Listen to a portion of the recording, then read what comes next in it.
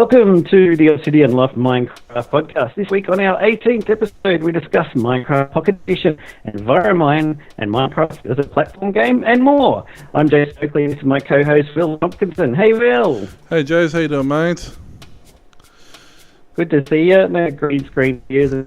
Yeah, but no green screen. And before we get started, I just want to apologise in advance if WauloK's audio plays up. He's on the nationwide national broadband network, and he's getting slower than ADSL speed. So, yeah, sorry about that, but we'll try our best to persevere. And if he doesn't move around too much, his video hasn't got updated and his audio's okay. So, yeah. It'd be easier if I just talk without moving on else. Yeah, that'll work. So pretend I'm a Gunshulkus gunny. It actually doesn't make... Guttles of gear. It actually doesn't make a huge amount of difference, just if you move violently.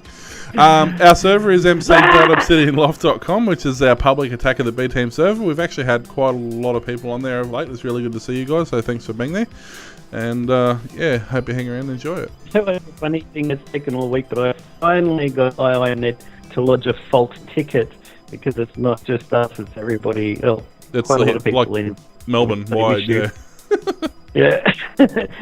We rang up and got this technician on there, and he's like, can you try plugging your laptop directly into the NBN box so we make sure it's not the wiring or the Bob ADSL modem from IINet? And so I plugged directly in there. I was getting the same packet loss and the same slow speed test and everything. It's supposed to be 140, and we were lucky to get 0.4 sometimes.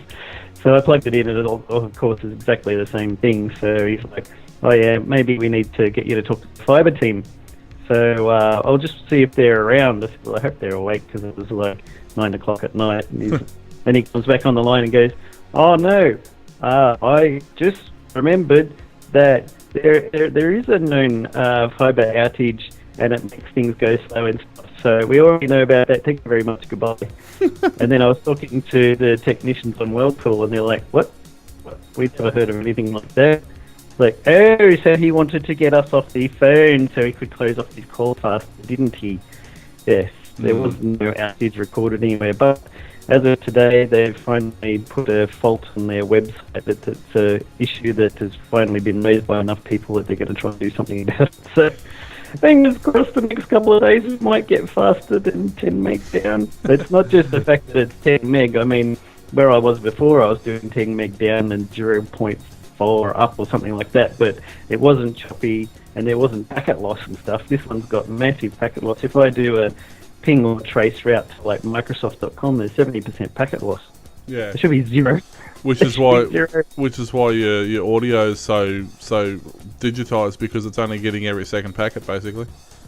Yeah, so. It's terrible. Anyway, our website at www.obsidianloft.com is hosted by Engine. If you wish to join the Engine network, sign up at our link on our website.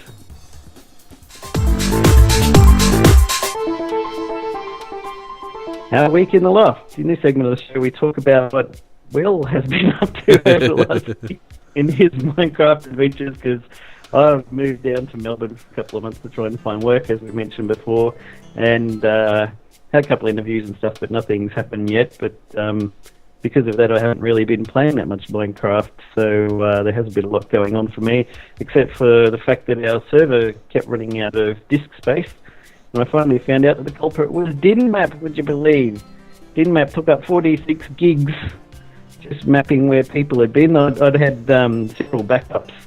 Every night we'd have a backup, and they'd just delete every 7 days. It'd delete one of the backups, so they'd only have 7 days worth. And then we were running out, so I changed it to 3 days worth. Then we were running out. And then Mr. T says to me this week, oi, the server's back down again. I'm like, what the? So I logged on, checked the log, sure enough, running out of disk space. What the heck is going on?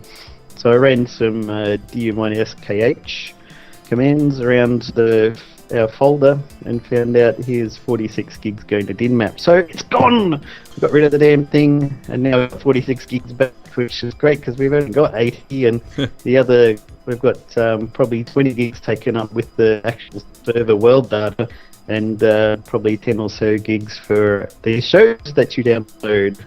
Yeah, and it's weird that Dinmap and that would take up your so much space. download, right? Like, I would have thought that... No, but I see they've got like a high quality version mode and low or something. I don't know if it makes that much difference, but when there's so much there, it's just easier to get rid of the whole thing. I mean, it's nice to have to see what people are on the server, but yeah, it's not like necessity. That's it, exactly.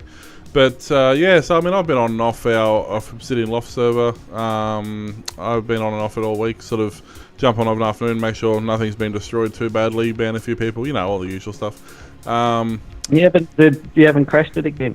Good work. It actually crashed earlier today, but it auto restarted. It probably does it 2 or 3 times a day, which isn't necessarily a bad thing because there's a lot of mobs kicking around that are just taking up memory and stuff anyway in loaded chunks.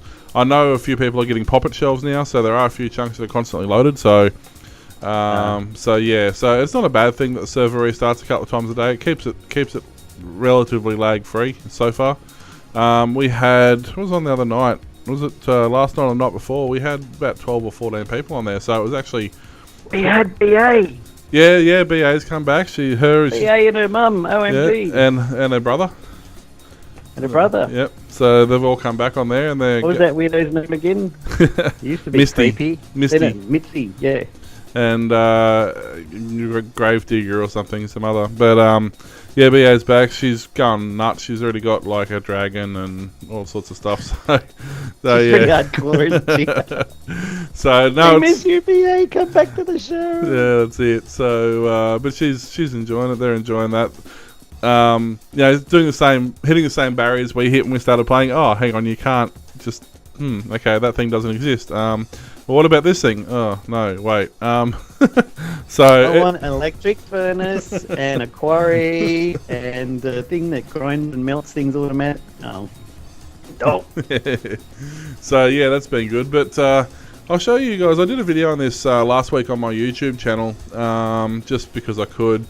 I'll show you guys my skyblocks. I've been playing actually this map for quite a while. I actually haven't been playing Skyblocks for a while, but I kind of just want a bit of a change, so I'm back to it. I'm in the process of building my own Skyblock server that's going to have a proper Skyblocks nether and everything attached to it, but at the moment I'm on the Mindslam network, which is mindslam.me is the server. There's a few other things on here as well, not just Skyblock. Is that the ones we reviewed? We reviewed this probably about a month or so ago, and basically since then I've been playing it.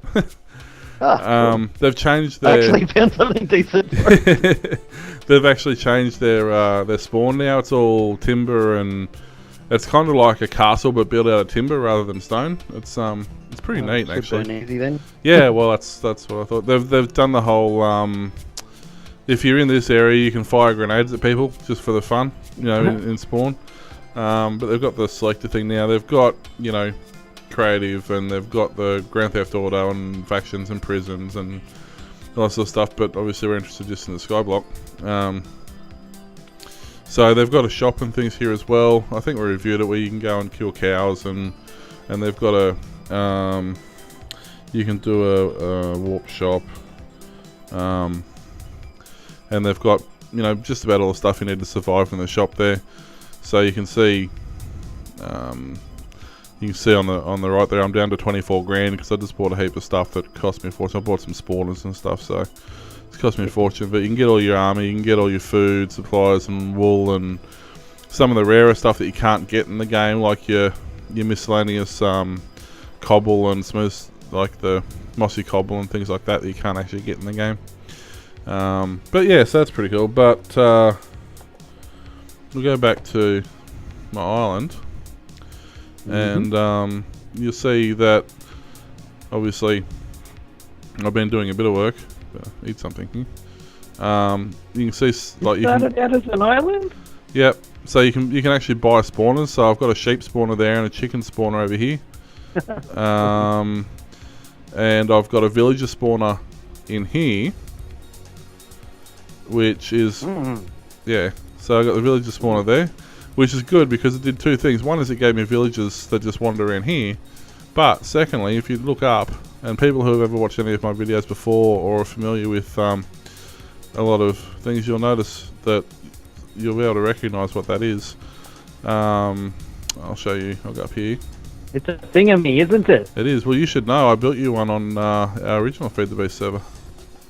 That was so long ago.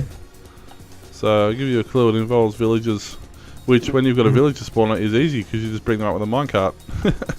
So it's actually and easy. it involves roses and iron blocks and the lava down there.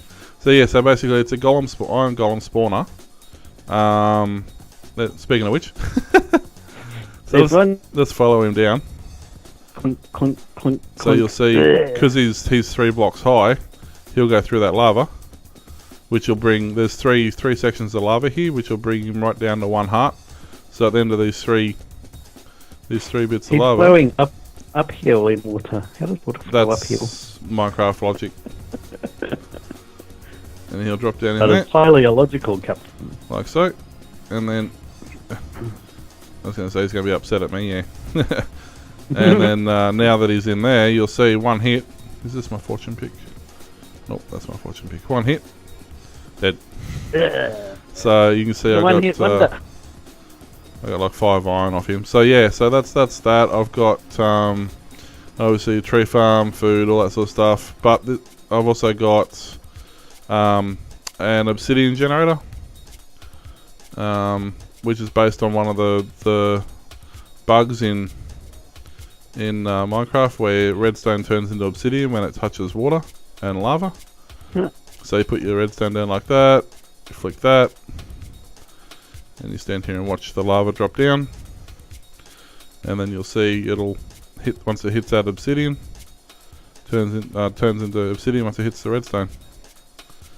So that's how you can make an obsidian generator. So You can also do it with a triple iron and string, but this way you can get more. You can do what, 1, 2, 3, 4. yeah, I remember seeing you doing that one with the triple iron Yeah. before, didn't you? You can do it like with 14. You get like 14 blocks.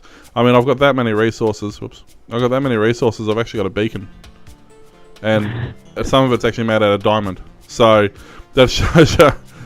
And You can. and the reason is, see this gigantic mess. Let's put a block here, so you can see all these pistons. You're probably wondering what the hell that is. Well, What the hell is that? I was just wondering. it's what happens when you get bored and you want to make an extreme cobble gen. So because of the way the server's set up, you get more than just cobble from a cobble generator. You get lapis, iron, diamond, gold, redstone, all off that. So you can see what it does is it'll create the cobble, and then the pistons will push it up, and then those pistons will push it across. And once it comes across here, you can see how we've got gold and redstone and coal. And once it pushes it down to this end here, it can't push it any further. So when the pistons push up, it'll push up another row and go on top all the way up 12 high. So you end up with a big 12 by 12 by 3 stack. Whoa. Which is why I've got like haste. And it doesn't auto-mine itself? What's going on? Yeah, I know, right? But you'll notice I've got efficiency 4 and efficiency 3 and efficiency 4 picks. And I've got haste 2 on that beacon over there. So you can chew through it pretty quickly. You chew through it in a couple of minutes. So, You ever do one of those things where you get a, what you call it, the 3-headed dude and your snowman and the wither. everything? Yeah, you can't get withers. Wither. Because you can't make withers, so I can't do that. Otherwise, I would. You can see how by standing down underneath it, it recognises you. So I've got diamond there, and when you if I stand down at this end, it doesn't recognise me, so it just sees it as automated. So it just produces cobble. But if I stand down underneath the lava source block, it thinks I'm actually doing something, and it sees me as a player, and it'll generate all the stuff. I mean, you've got to be AFK down here, but you know. It's, although at the moment I actually don't mind. I'm actually out of cobble, so it's not necessarily a bad thing that I just generate cobble anyway. So I've got the next thing I'm working on. I've got to actually ask the admins on the server if slime spawning's turned on or off. I am in a swamp biome, so I'm hoping I can get them. But I've started a slime farm down there. I'm hoping that slime spawn, but I haven't seen any yet. So there's no normal mobs either, which is a bit of a pain. You get the odd one, but they're pretty much disabled, I think, by default. So it's like the portal. It's there to build a challenge, but it doesn't actually go anywhere. Okay. It's just there so you can complete the challenge. So, but yeah, so this has taken me, I don't know, what, 6 weeks, something like that, to do this. Oh, yeah. And I like the concept of having more than just, I'll just turn that off so that when I log back in it doesn't freak out. Yeah, so that's what I've been doing other than Attack of the B Team. Neat. And the only real things I've been achieving on Attack of the B Team lately is undoing griefing and things like that lately. So, yes, banning people Schmack. and unbanning people. Yes, I do. When they say you're mad, we say, "Ha, no, you're banned." Yeah, no, actually, I've been good. I've you know, a couple of people have apologised for their actions, and I went, "Yep, no worries," and I unbanned them. So, you know, keep an eye on them and see how they go. Hey. Yeah, so come and join us soon on our main server at mc.obsidianloft.com, and now it's time for some news.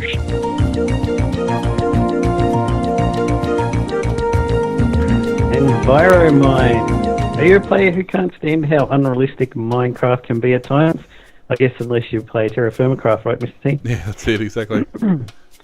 Immune to cold, virtually consequence-free labour, and capable of superhuman feats of lifting, starting to get on your nerves? Want a real challenge? Enviromine is about to make you sorry you asked. This mod is huge and adds so much that compressing it into a single writing would fill up most of this page. He says, just to give you an idea, it contains hydration, as well as clean, dirty, salty water distinction based on the biome it comes from, temperature, which can affect everything from the water you drink, how fast you dehydrate and freeze, and a lot more. Sanity, yes, you will hallucinate under extreme stress. That would be interesting to see. Air quality purity, no ventilation in your cave home. That's a problem. Enhanced physics, floating houses, no support beams, not anymore. It doesn't just check blocks below your floor either. Yeah. A page there, if Mr. Pete. It's I'm just trying to bring it up. Well, I've got the video here for it. Just a quick. I'll just. It's actually Chimney Swift did a video. Check out Chims. He's part of the Minecraft mob. He does his Minecraft server and Attack of the B Team stuff like that as well. But he does things like this. Yeah. Now we've played Terraformacraft. We had Terraformacraft server up for a while. I mean, it's pretty intense. It's very labor intensive, and you've got to worry about hydration and things like that. But this kind of takes it to a whole another level. So I'll just play the first couple minutes of this video. You guys can watch it. Go check out Chimney Swift's channel, and yeah, see what you think. So have a look at this. Whoops, not that. That's my stuff. The one with the two dots to the left of the one to the left, basically the bar to the left, is essentially the current temperature of the climate that you are in. The sort of solid bar, the white bar, is your actual body's temperature. So as you can see, they're both fairly close right now. I am a little bit warm, which is why you see some little water droplets on the screen there. I'm actually sweating, which is kind of cool. So your character does sweat if he's a little bit warm. And each sort of biome has its own temperature. So if you were in the a snowy biome or the taiga biome, the temperature would get really low and you can actually freeze to death. And vice versa, if you're in the desert, as you can see here, it gets a bit warmer, as it should.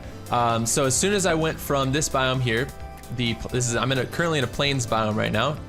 We jump into the desert biome, you'll see that little 2-dot bar on the temperature gauge jump up. So I'll show you guys once again. It goes down and goes up. Now, because it's higher than my current body temperature, you'll see that white bar slowly start to move towards the 2-dot bar over time. And if you're running around in the desert, it'll increase your body temperature quite a bit. Now, other things that can affect your body temperature are water. If you jump into a body of water, you'll actually start to cool down a bit. And if you stand near something like lava, you'll see the closer I get to lava, the more that temperature, that 2-dot bar temperature goes up. So it just jumped way up there, and now it's really, really, really high. Now, what's crazy, if you actually want to get super warm, you can put on iron armor. Iron armor actually heats you up. So if I go ahead and throw on some iron armor here, if you watch down in the bottom here, you'll see that this bar, the temperature bar, starts to go up the more armor I put on. You can see it increasing there. Now, before, the desert temperature was about right here. If I step in the desert with all my iron armor on, you can see that it gets excruciatingly hot. The temperature bar actually jumps all the way to the top, and eventually, the longer I stand here, my body will basically in temperature rise to that temperature, and I will probably burn to death. Now the other thing that is affected by this, and this is sort of where all of this mod sort of ties in, is that the hydration meter down there is going down faster now because I'm in the desert and I am extremely hot. I'm wearing all this armor. Before I talk about that, I want to show you guys something kind of hilarious. So if your body temperature gets too high, you can actually spontaneously combust. And a really easy way of doing this is just taking your iron armor, wearing iron armor, and stepping right near lava. And the higher that my body temperature gets, the faster that this will happen. I'm not super hot right now. I may actually have to go into survival mode to show you guys this. So game mode S, so let's do that. Let's see here. I won't need to actually stand by it, but my temperature is going to increase. I believe once it gets, like over 80 or something, 80 degrees Fahrenheit or something like that. Yep, there we go. You just spontaneously burst into flames, and it is advised to, jump into some water and cool down.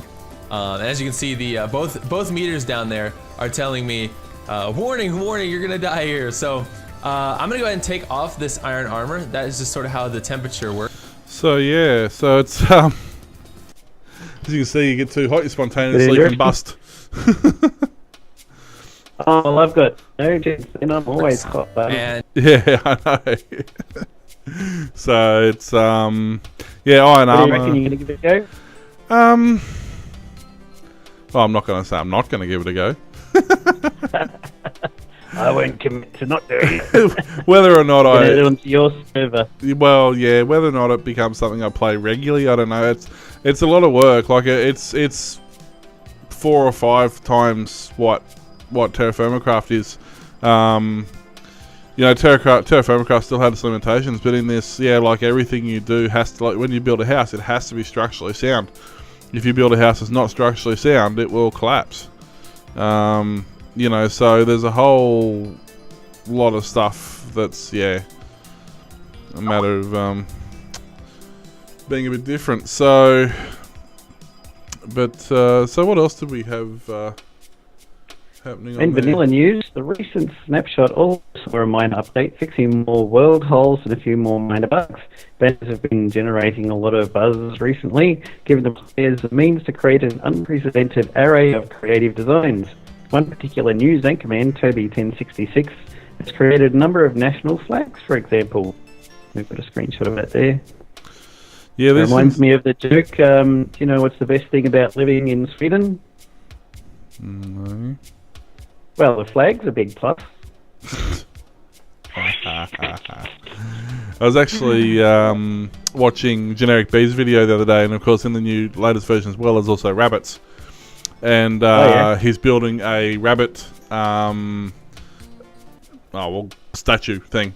And he built the rabbits and used half slabs and stairs and stuff, and then when he got to the ears, he'd just use one on each side of these for the ears. It looked really cool. So yeah, that's pretty neat. Jeb says, with the collaborative efforts of tomcc, Dinnerbone, the Model Miner, Surge DP, and Grum, Minecraft 1.8 has got a huge performance boost. So let's watch a video comparing the old 1.8 and the new one.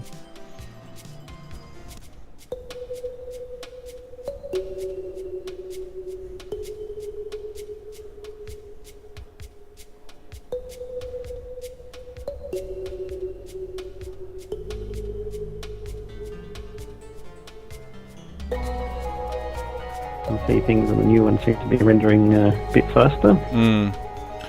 I really hope this works on servers as well as local systems as well, because that's the biggest problem. Is although I still notice even the new one, there still seems to be the occasional chunk error. Yeah. But yeah, Things appear a lot faster, which is handy if you're flying along trying to, find a village or a particular biome or something like that. You have to keep stopping every couple of minutes to wait for the world rendering to catch up and then take off again and then stop again.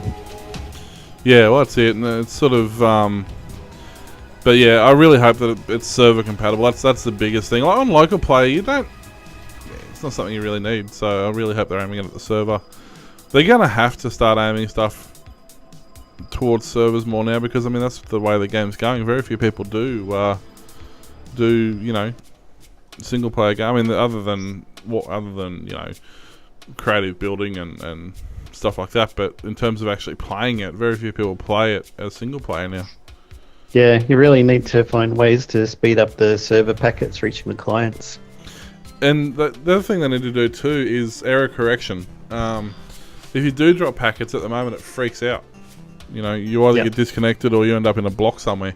It really needs to have some sort of error correction insofar as, like, I remember back in the day when you were playing Quake or Duke, something like that, if you drop packets, it would just estimate where you should be and what you should be doing. Yeah, you usually got it pretty right. Yeah, it was close enough that it didn't really affect the gameplay. Whereas in this, you either pause, like a horse is the biggest thing. If you're running a horse, then all of a sudden the horse stops, and then when it restarts again, you're 30 blocks away from where you actually are. Yeah. So that's something they really need to work on. But, and a few Twitter posts from Nathan Adams, aka Dinnerbone, from July 25th, which was a few days ago. Going to work on launcher stuff today as a prototype Friday. We'll try and get rid of profiles and split it off into version/user. Profiles always seem to just confuse people. You can still customize options and stuff per version. It just won't have that weird user boundedness, which is just invisible and confusing. And then just shortly ago, he said, I'm going to deploy a launcher update in a moment that lets you run multiple instances of the game at the same time as different users. Which would be great for Mr. T, who logs on to like 20 servers at once and plays at the same time. Yeah, well, even if you're testing something on the server and you want to be on the same server, like we want to be on our server with two different characters. Test accounts are good that don't have any admin or op. Yeah. And you want people come on and they go, oh, I can't do this. And you're like, what? I've been doing that for the last 2 weeks. All fine. Like, oh, that's because I'm op and I got permission to do that. But I don't want to de-op and then move myself out of the admin group and take away all my permissions and then try and put them back, which is a hassle. But if you've got a spare account, like Mr. Tomkinson Cam. Yep, or the Obsidian Loft, or we've got plenty of spare accounts. Then you try and log on with both, and then it goes error, password wrong, or something like that, and you have to shut down everything and then restart it. It's just ridiculous. Speaking of permissions problems, remind me after the show to talk to you about problems we're having with permissions on our server. That was impossible. There's nothing wrong with our server. It's perfect as it is. That was brought to my attention earlier in the week. But so what else have we got? Mockit. Minecraft Pocket. Mockit. That's the new Mockit edition. Mockit edition. I'll mock you. It's a bit of a demo of 090 as a teaser. 095's been released just recently, but we'll have a look at a 0.90 update quickly just to see what new options there are there. Should see a quick fly through. Pretty much the world generation. There's a village to see, saw go past. What were they saying about villages? There's underneath them now? Strongholds, yeah, because they don't have IO vendors, so you can't find strongholds, but they're putting them under villages, so that's pretty cool. But they're trying. Not every village, though. Don't go to every single village and expect, there's like 500. No. I think the rules still apply. You want to find one? They're all going to be north, south, east, and west by about 1,000 blocks. Is still going to be the general rule of thumb with that. So, but that's pretty cool. Yeah, I actually loaded up the new version the other night, and it put me on this little 10x10 island surrounded by ocean for like 1,000 blocks in every direction. So I've just restarted. Was the skyblock version, was it? It must have been. Only in the water. Yeah. What do you call it? What's that? An island? Island sky. Yeah, island world. Island block. But I wouldn't have minded so much, but it didn't even have a tree on it, so I couldn't do anything. I couldn't build tools. I'm like, oh man. So yeah, so I had to restart that. So the Tyrannosaurus. The what? Tyrannosaurus Rex. That's it. The terrain generation's really good, but obviously, like anything, it can still go wrong occasionally. So. You know, if you cross the Tyrannosaurus Rex with a deer, you get a kangaroo, right? That's about right, yeah. But don't skip. Sonny's falling down the well again. Bloody kid. You can stay there this time. Yeah. Don't fall down the well. Look, word to the wise, stop falling down the well. Especially if your name's Timmy. That's it, exactly. Other news, Minecraft platformer. Minecraft is, of course, a 3D game. You wander around the world, fight monsters, build new structures and or traps, usual stuff. However, what if Minecraft was something more like a 2D platformer? One possible outcome is shown in this clever animation by The Stuff, which follows Steve in a dungeon crawl style game. It's not an actual game, it's just an animation he's put together, but it looks pretty nifty nonetheless. It better be a game. I want it. Get I on was that. saying to Mr. T, it reminds me a bit of Junk Jack. Yeah, I reckon it's very well, it's a combination. When I first saw it, I thought Prince of Persia, but sort of looking at it, it kind of reminds me of Pitfall as well. Yep. But it needs a little bit more emphasis on the mining and crafting side of it. But the principle, I think, is pretty sound. There was a mod that lets you actually turn your normal 3D Minecraft into a side scroller. It generated the world 3 blocks wide. Oh, okay. Yeah, I saw it on YouTube once. I should find that one day, but it's pretty neat. It's very Prince of Persia with the attack animation. Yep. I just added the Xbits Junk Jack website link to the show notes. If you want to pop it up in a minute, you can have a quick look at that. Pretty cool. It's like Minecraft and in 2D. You've got all the full crafting and everything, and they do special things like at Christmas time. They add in Christmas items in the game that you can decorate your house with. And you can also dress him up in like Santa Claus clothes, and then other times of the year have different special items just for those special times of year. Yeah, I waited so long for this to come out for iPhone 5 because they said they were rewriting the whole thing from scratch so that it would have much cooler stuff and they could do a lot more because they were not bound by iPhone 4 memory and speed. And eventually I gave up and I went and bought Android. And then shortly after that, they're like, hey, we released Junk Jack X, which is the one for iPhone 5. It's way cool. I'm like, damn it! Oh, that looks nasty. Crunch. Well, that's a pretty effective way of closing out a level. Worse than that, he said, Jim. That's it. Excuse me. Yes. So yeah, if you click on the Junk Jack link. Yeah. The Junk Jack. Alright, I can do that. So, I vaguely remember hearing about this back in the day, when it was first. Yeah, so when was the last update? July 23rd. Oh, a week ago. That's not too bad. Summer update. So, do they have a? Probably should have a look first. Do they have a video on this side or not? But no, they don't. If you go to pixbits.com, www.pixbits.com instead of the page that you're on just then, just change the start to www to put a video there. Don't you love this live and in your face page internet surfing? Yeah, We're professionals. We're something.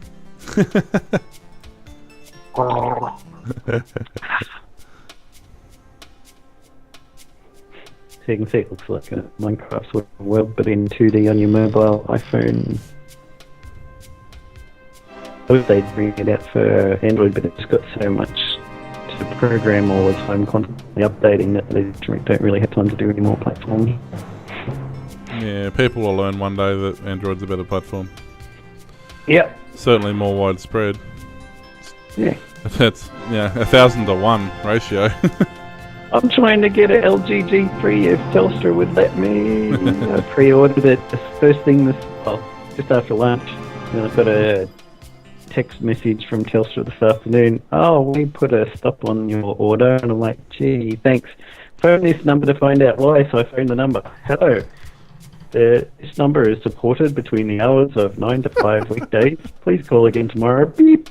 So I got on a Telstra 24/7 chat. I'm like, WTF, mate? And they're like, oh, there's something they need to authorise, but they didn't say what it was, so you have to ring this number. I thought, well, I hope it's not like the other bloody number, because they didn't answer. There's nobody there. Like, no, this one's 24/7 as well. Fine. So I hung up and I rang that one. Oh, yeah, we want you to bring in some ID to an actual store to prove you are you. But I am me, and you asked me to provide my driver's license details, which I did in the sign-up form, but of course that's not enough, so now I have to go into the store tomorrow.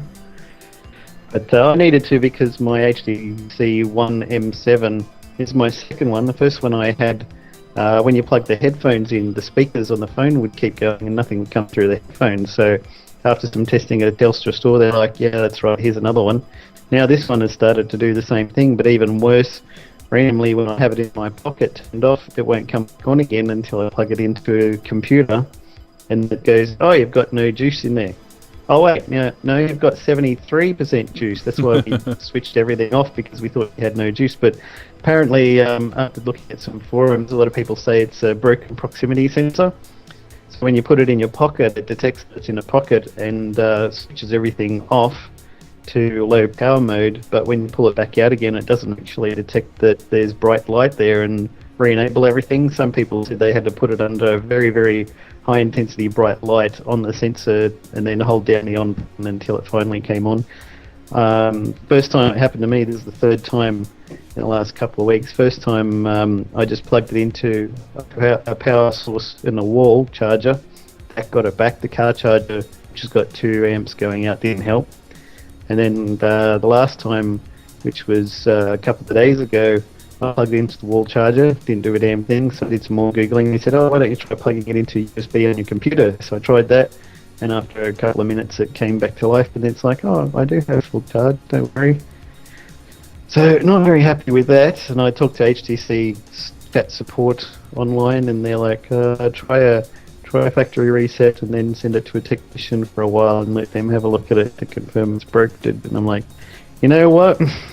Just wait till I get another phone. And Telstra had this LG G3, which everyone on the net's raving about, because it's got Quad HD screen and all this sort of stuff. And Telstra, if you pre-order it before tomorrow 9 a.m, you get $250 gift card, which should cover my contract change fee, which is paying out the cost of my HTC One plus $50 recontracting admin fee, which is about $228, so $250 covers that.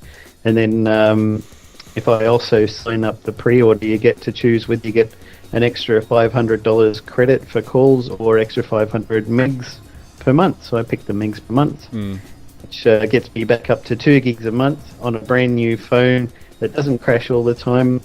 And it doesn't crash because it hasn't been taken out of the box yet.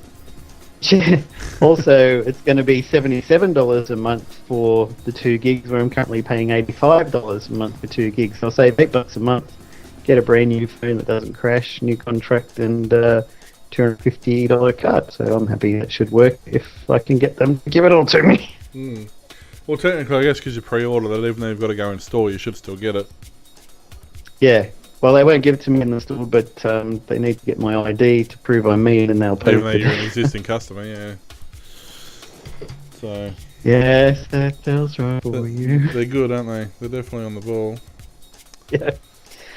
Anyway, thanks for listening and watching yet another episode of the Obsidian Loft podcast. Hopefully the next one won't be quite so long in coming. We can see quite a few people are actually subscribing now, which is great.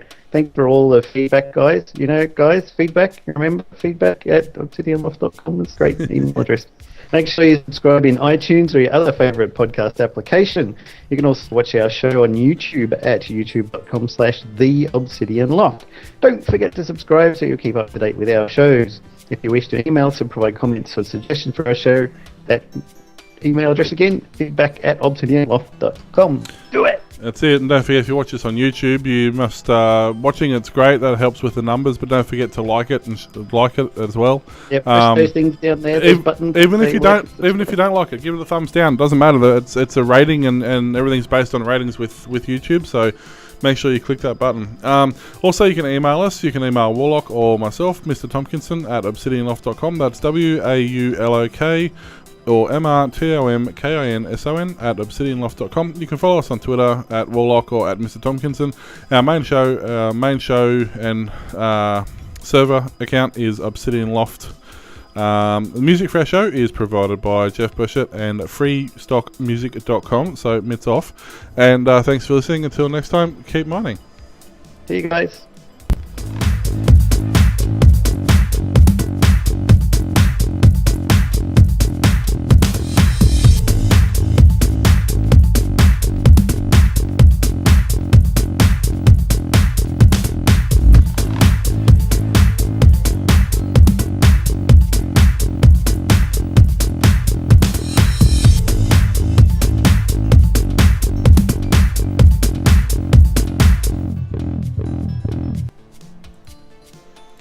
Sweet.